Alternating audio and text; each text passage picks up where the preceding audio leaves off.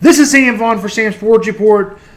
The Royals pull back their biggest, most important win of the season as they were on brinks of losing 6 of 7, 2-5, but that's okay. But let's get to the game that drew it to the Royals back to the victory.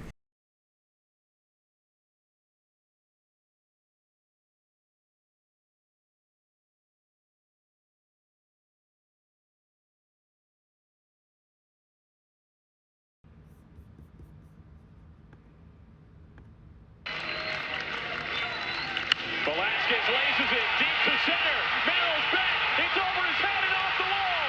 Pasquantino rounds third. He scores. Blanco like lightning comes in to tie the game. And Nelson Velasquez head first into third with a triple. Manager Matt Cotrero pulling the right strings, putting the right guy in. That was exciting. The crowd is up on their feet here. It's a beautiful opportunity for the Royals to stay away from their first sweep of the season.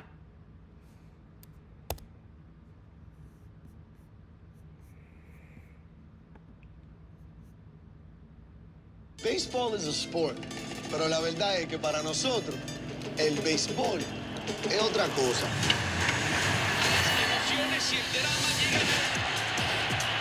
El béisbol es otra cosa.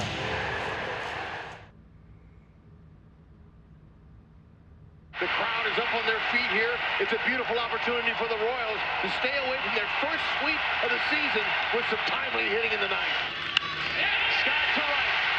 Tatis backpedals. He's underneath it, makes the catch. Velasquez tags. Here's the throw.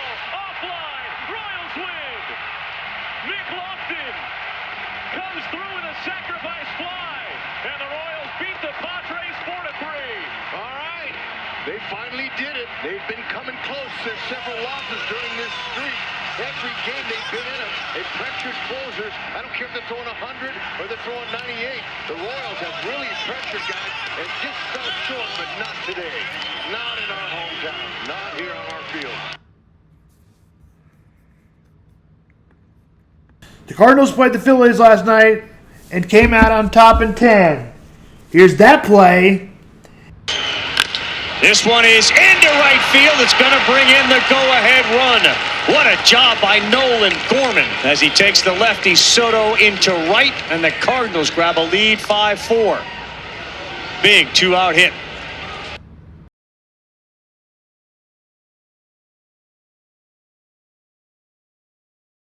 The Cardinals will start a 3-game set with the Astros.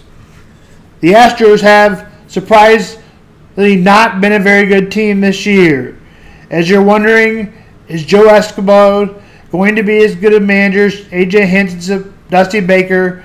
Astros just run out of time of their new team, and do they just need to start all over? That's Sam on Smack. Starting with the Cardinals, they'll have Kyle Gibson on the mound, and Justin Verlander will go for the Astros. Remember when he was good? Well, that doesn't seem very much anymore. The Astros host a 3-game set.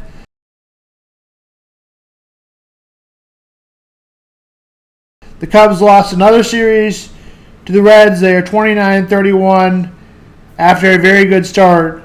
Maybe a day off will help for the Cubs. The hockey last night action. The Stars and Edmonton Oilers met up. They have a great history. The Edmonton Oilers met up.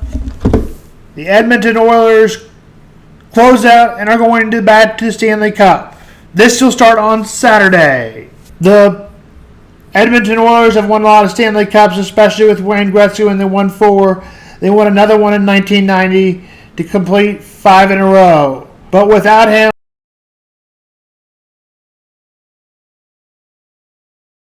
them, every other season, they have not won. They'll go for their 6th and go for their first since 1990. The Florida Panthers will go for their first Stanley Cup. They were in existence in the 1999 season. We'll get more than the starting lineups on Friday. Reminder, Boston and Dallas Mavericks will play for the NBA championships. That's on Thursday. We'll get more into the starting lineups on that. I also may have a Sam Vaughn smack on Thursday. The Bears have been selected to Hard Knocks August 6th.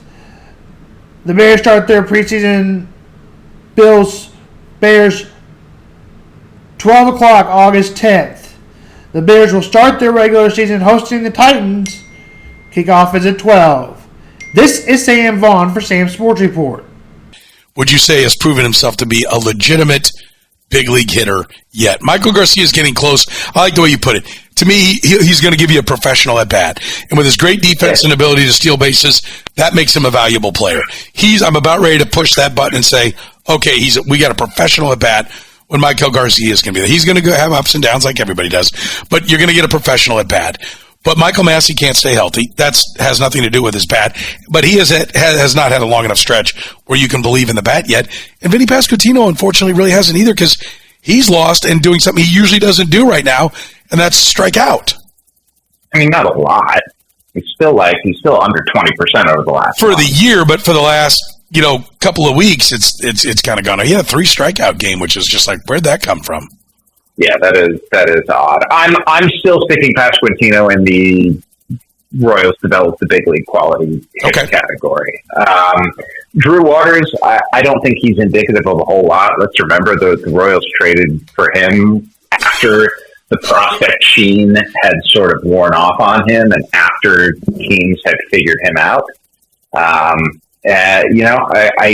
going to look at Gavin Cross and I'm going to look at other guys who are coming up in the organization. And, Nick Lofton is another one. I think it's fair to say that the Royals have not done a great job at developing hitting in recent years, but I don't think that means that they can't.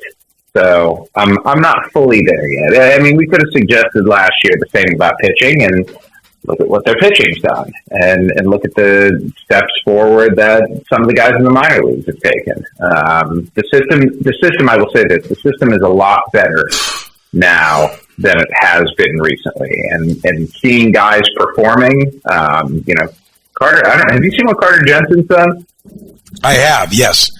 And you are right. Blake really Mitchell, good. It looks. I was just going to say, have you seen what Blake Mitchell's done? Blake Mitchell's been awesome. They've done a good job. Caden Wallace is another guy. His power hasn't been there quite yet, but I think he's going to be a big leaguer ultimately.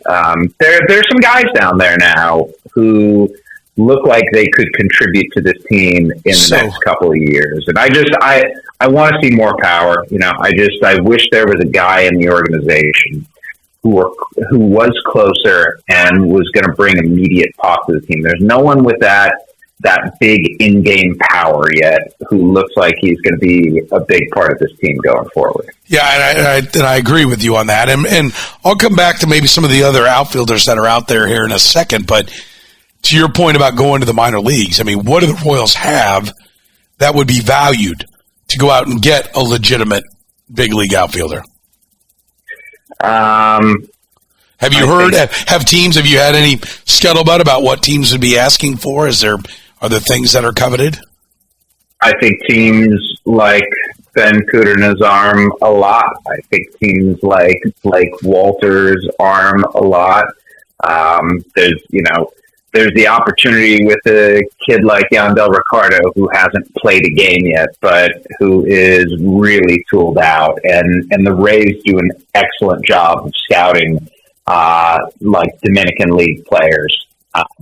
Teenagers sometimes who signed for big bonuses, sometimes who didn't. They made a trade a couple of years ago, and they traded a AAA pitcher named Tobias Myers to Cleveland for a rookie ball kid who literally, through the game, nobody knew about. And his name was Junior Caminero, and he's now top 5 prospect in baseball. And so Tampa Bay, they will deal, and they will find guys in your organization even you don't know are all that good. And so there's a little bit of fear in making deals with Tampa that, hey, these guys are so smart and have been so successful for so long. There's a fear. Do we want to make a trade with them? Because we could wind up looking like we have egg on our face if we're giving prospects up. Is there anyone besides Arozarena that either makes sense or you've heard is on the market? I mean, do you like Tommy Pham? Not well. If the price is right, sure. I think it's an upgrade, but no.